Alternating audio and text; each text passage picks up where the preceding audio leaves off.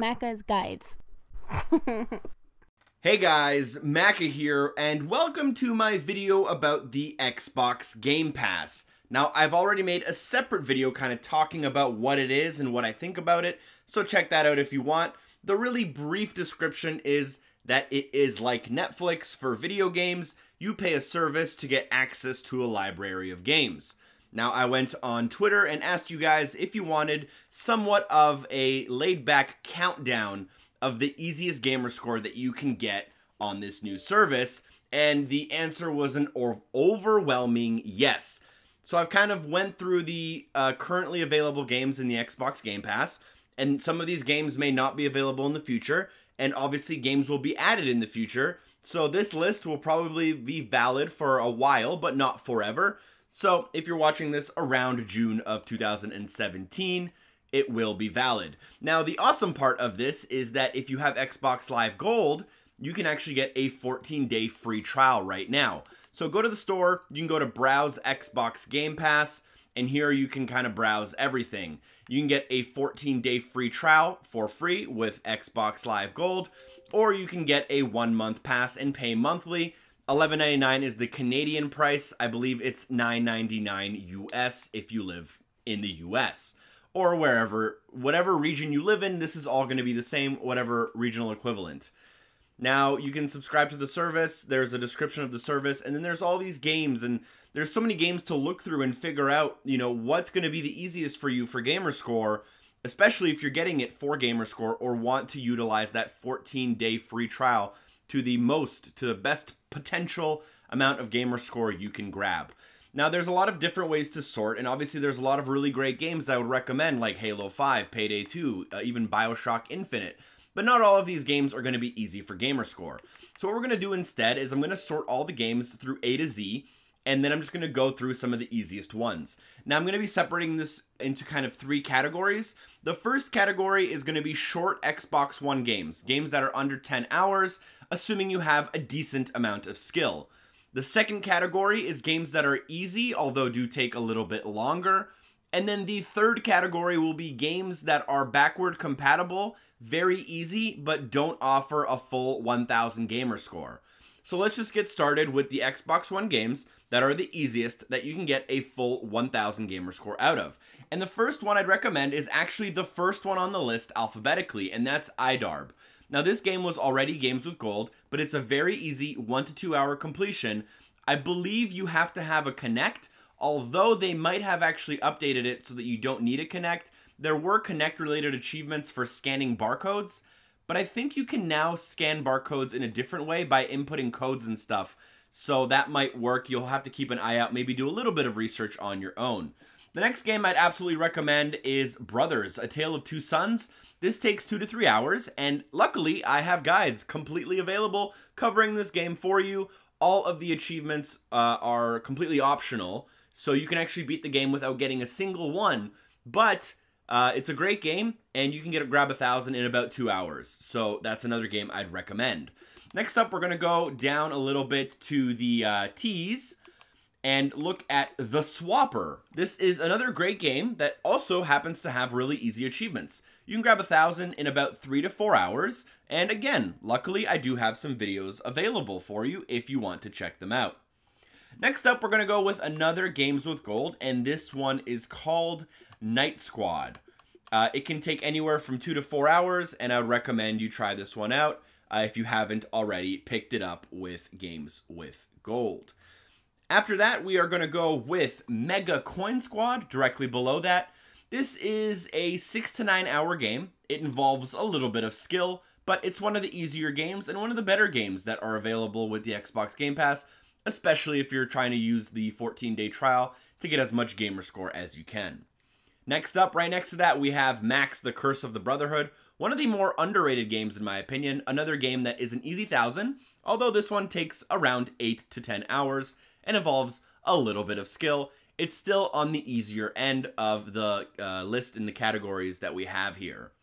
Next, I'm going to recommend some games in the S's, and I would recommend Strider. This one will require you to beat it, I believe, 2 or 3 times, and one of them does have to be a speed run, but it's actually a really good side-scrolling Metroidvania type game, and it's not that bad with Gamerscore. I do have the 1000 for that game, and I do believe I covered it in a episode of Completed.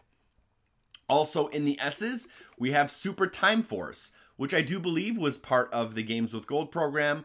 It has a very easy, well, not very easy, but a decently easy 1000 Gamerscore to get in about 8 to 10 hours. It does have some really tough DLC, however, so keep that in mind. If you're a crazy completionist, that DLC might get you.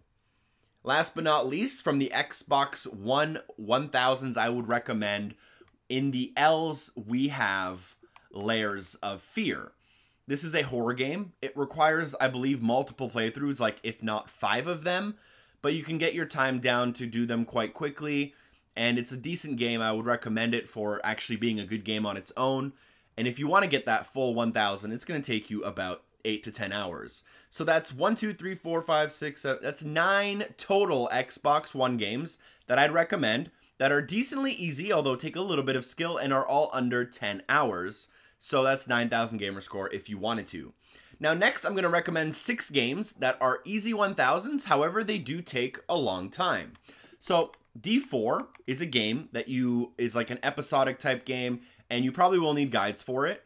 However, it's about 15 hours, and it's decently easy, so for that I would recommend it, and it's a very unique game. The guy who made it put a lot of time and effort into it, and unfortunately didn't sell very well. So the series isn't going to continue, but this game's good. If it did, I think it might have even come to Games with Gold as well. Next up, I would recommend Saints Row 4. I missed it. It's somewhere in the S's. Saints Row 4 Reelected. I believe this comes with all the DLC, so you can get like $12.50. And the whole game, with all the Gamerscore and everything, will take you roughly 25 hours maybe. Although none of it is particularly hard. Next up, I would recommend a great game. It's very long, but it's easy. Sunset Overdrive. If you haven't played it, I'd recommend it just for being a good game. But if you're looking for Gamerscore, it's very easy Gamerscore. However, it will take you roughly 40 hours to complete. So again, keep that in mind. So that's 3 easy but long games on the Xbox One. Now let me recommend you 3 easy but long games on the Xbox 360. Starting off with Dark Void. Let me find that. Right here is Dark Void. This one is decently easy and will take you roughly 15 hours, which isn't half bad if you ask me. Next up, we have Tekken Tournament 2. In the T's here, somewhere. Tekken Tag Tournament 2 on the Xbox 360. Roughly also taking approximately 15 hours for the 1000.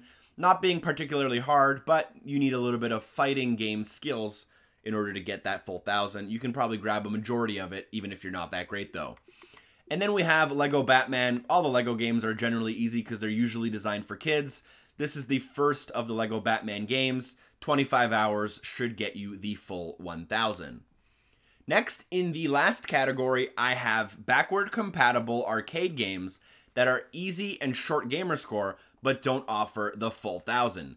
This means the games will either offer you 400 or 200 total Gamerscore, and a lot of them will also have DLC that would cost you extra if you are a completionist, so keep that in mind. The easiest option here is Virtua Fighter 5 Final Showdown. You can get 400 Gamerscore in this game in about 1 to 2 hours. I believe I even made an episode of Completed way back in the day, probably in 2013 when this game came out. Then we have 2 Sega Vintage Collection games. I would recommend, out of all the available Sega Collection games, there are 2 of the easier ones are Streets of Rage, which takes 2 to 3 hours, and Golden Axe, which takes 3 to 4 hours. These other 2 aren't that easy. They're on the slightly easier end, but probably not worth the time investment if you're really crunching for time or really into Gamerscore. Then I have a bunch of really easy games that are easy completions if you're looking to pad your completions, but they only offer 200 Gamerscore, so these are kind of the rejects of the bunch. And we'll start off with Soul Calibur, the original Soul Calibur, 200 Gamerscore in 2 hours. Next up, we have Dig Dug on the Xbox 360. It's a 2 to 3 hour completion worth 200 Gamerscore. You can also get Stacking by Double Fine Studios, a great game. I think this was my 2nd episode of Completed. It's going to take you 5 to 8 hours, and it also has DLC. Then we go back to the very top of the list. We have A World of Cufflinks. This should also take you roughly 5 to 8 hours. Pac-Man Championship Edition, DX Plus. I believe this one's not too bad either. We have 2 Toy Soldier games, Toy Soldiers and Toy Soldiers Cold War, which both take roughly 8 hours each, 200 Gamerscore each, and I believe both of them have DLC. Last but not least is Braid, which is a great game. I would highly recommend it, and also in that kind of 5 to 8 hour range for 200 Gamerscore. So now that we've kind of went through the entire list, I want to go kind of game by game, but on like really quickly. I don't want to like spend too much time on each and every single game independently, just to make sure we didn't miss anything. So we have a lot of like arcade games starting off the top row, which are all pretty long. We have Bioshock 1, which is a great game. I'd highly recommend it, but it's not easy for Gamerscore. Bioshock Infinite, I would highly recommend it. A great game, but not easy for Gamerscore. Going on from there, we have a lot of long games or hard games. Castle Storm was free for Xbox One. It's a decent game, but it's not that easy for Gamerscore. A bunch of other games. We have all the Gears of War stuff. Gears of War Ultimate Edition is a game I'd recommend, but not that easy. Halo Spartan Assault is kind of, I believe you get 400 Gamerscore. It's an Xbox One game, and I believe it's not that bad for Gamerscore, but getting the full completion is on the longer and harder end. There's a bunch of other stuff available. Jump Jet Rex, I believe you can grab a chunk of it pretty easily, but the last chunk is really hard. Joyride Turbo will offer you 200 Gamerscore in about 8 hours, I believe, as well. Mad Max, a great game, which is now free with Game Pass for a limited time, I believe. Don't be surprised if that one disappears. Monday Night Combat. Ollie Ollie, if I remember correctly, is an easy 600, but otherwise a very difficult 1000. What else is available here? Resident Evil 0 is a good co-op game if you're looking to play with some friends. Roundabout has some really easy stuff, but some really, really hard stuff as well. Scream Ride, one of my favorite games that is super underrated, but definitely very difficult.